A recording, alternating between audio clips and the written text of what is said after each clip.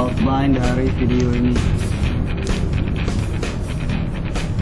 Yang pertama pengertian dari residual stress. Yang kedua penyebab residual stress.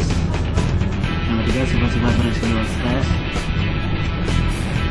Buat pengaruh dari residual stress.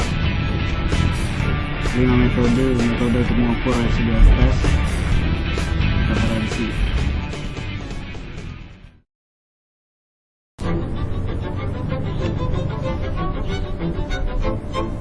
Pengertian residual stress: tegangan yang bekerja pada bahan setelah semua gaya-gaya luar yang bekerja pada bahan tersebut dihilangkan. Misalnya pada proses pengelasan, setelah bahan dilas akan menimbulkan tegangan sisa dan menyebabkan bahan menjadi getas, penurunan kekuatan, dan menurunnya ketahanan korosi.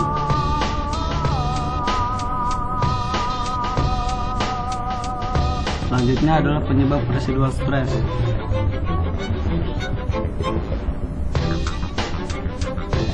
Yang pertama, tegangan termal. Setelah proses pengelasan dan pelakuan panas akan menimbulkan residual stress.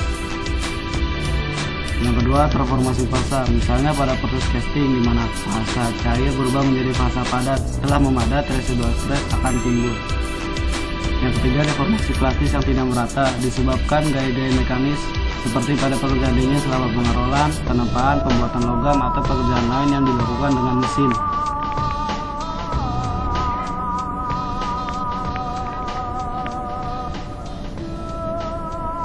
Selanjutnya adalah sifat-sifat dari residual stress. Tegangan sisa sangat tinggi biasanya terjadi di daerah las dan daerah khas. Yang kedua, tegangan sisa maksimum biasanya ada pada titik tegangan luluh atau yield stress.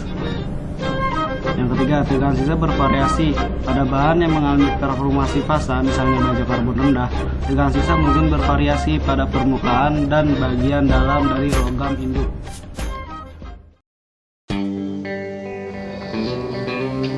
Berikut adalah video yang menunjukkan sifat dari residual stress. Ini diambil contoh proses casting, di mana perubahan fasa dari cair ke padat. Nah, setelah memadat, sifat residual stressnya akan berbeda dari permukaan dan inti logam tersebut. Bisa logam lebih keras dan inti lebih getas atau sebaliknya. Lihat pada video ini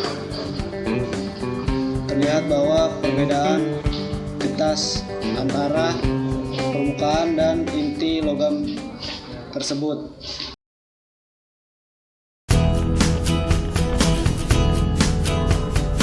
Selanjutnya, pengaruh residual stress.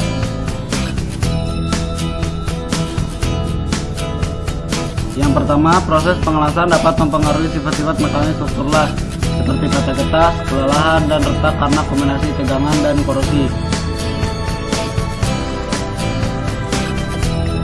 Yang kedua, pengaruh tegangan sisa menurun jika tegangan yang bekerja pada bahan meningkat dan setelah pembebanan berulang-ulang.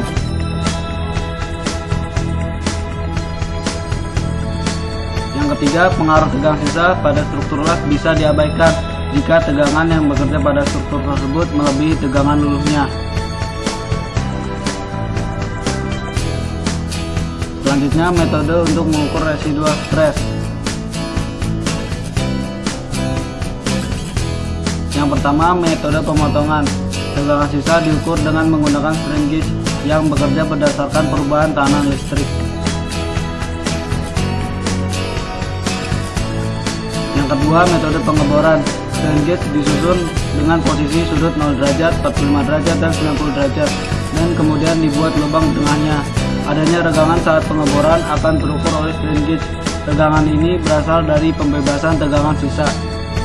Yang ketiga, metode sinar X. Prinsip kerja pengukuran sinar X berdasarkan sifat tegangan sisa yang dapat mempengaruhi struktur kristal. Jika sinar X mengenai bahan, maka sebagian dari sinar tersebut mengalami difraksi dan membentuk pola-pola lingkaran yang biasa dilihat pada film.